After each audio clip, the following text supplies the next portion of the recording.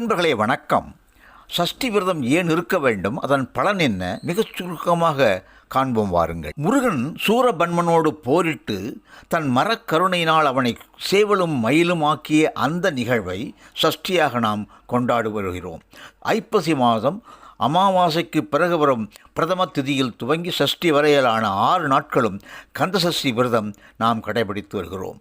இந்த 6 நாட்களில் முக்கியமாக துன்பத்தை விளைவித்த அந்த சூரனை அன்பனாக்கி தனக்கு சேவலும் மயிலுமாக இருக்க கருணை செய்ததால் இதுவே தக்க தருணம் என்று நாம் அனைவரும் இந்த நாட்களிலே விரதம் இருந்தால் நம்மில் உள்ள சூரனை முருகப்பெருமான் அடித்து நம்மை காப்பான் என்று நாம் விரதம் இருக்கின்றோம். இப்படி இந்த நாட்களில் அவனை வழிபட்டு அவனை சிந்தையால் நெருங்குகின்ற பொழுது நாம் தூய்மையாக இருக்க வேண்டும் அல்லவா?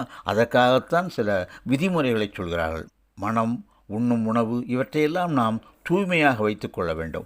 உபவாசம் போன்றது நம்மை அவனிடத்தில் மிக நெருக்கமாக கொண்டு சேர்க்க என்பதில் ஐயமே இல்லை. அப்படி உண்மையாக இருக்கின்ற பக்தர்களின் குறைகளை முருகன் தீர்த்து வைக்கின்றான்.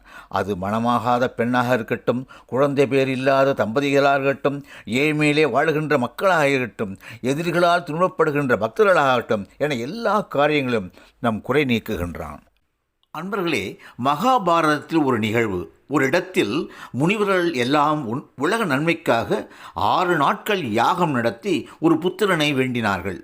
யாக குண்டத்திலிருந்து ஒவ்வொரு நாளும் ஒரு வித்து வீதம் தீயிலிருந்து தோன்றியது. இந்த 6 வித்துகளையும் 6ஆம் நாள் ஒன்று சேர்க்க முருகப்பெருமான் அவதரித்தான். இப்பொழுது புரிகிறதா?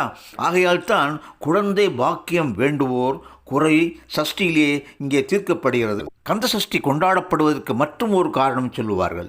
கச்சியப்ப சிவாச்சாரியார் முருகனின் அருள் வேண்டி இதே காலங்களில், அதாவது ஐப்பசி மாதம் வளர்பிறையில் முருகனை கும்பத்தில் எழுந்தருள வேண்டுகிறார். முருகப்பெருமானும் அவருக்கு அருள் செய்தார். ஆகையால் கந்த சஷ்டி அந்த நாளில் கொண்டாடப்படுகிறது என்று சொல்லுவார்கள். நமக்கு வேண்டியதை அள்ளித் தருவான் கந்தப்பெருமான். அதற்கு ஏற்ற தருணம் இந்த 6 நாட்கள்தான். மனம், மொழி, மெய்களால் முருகனை துதிக்க நமக்கு அள்ளித் தருவான். இன்னும் சொல்லப்போனால் தன்னையே தருவான் கந்தப்பெருமான். இந்த விரத நாட்களில் கந்த சஷ்டியோ சண்முக கவசத்தையோ பொருள் உணர்ந்து பாராயணம் செய்யுங்கள். உங்களை நீங்களே மறந்து போவீர்கள். முருகனோடு நீங்கள் தொடர்பிலேயே இருப்பீர்கள்.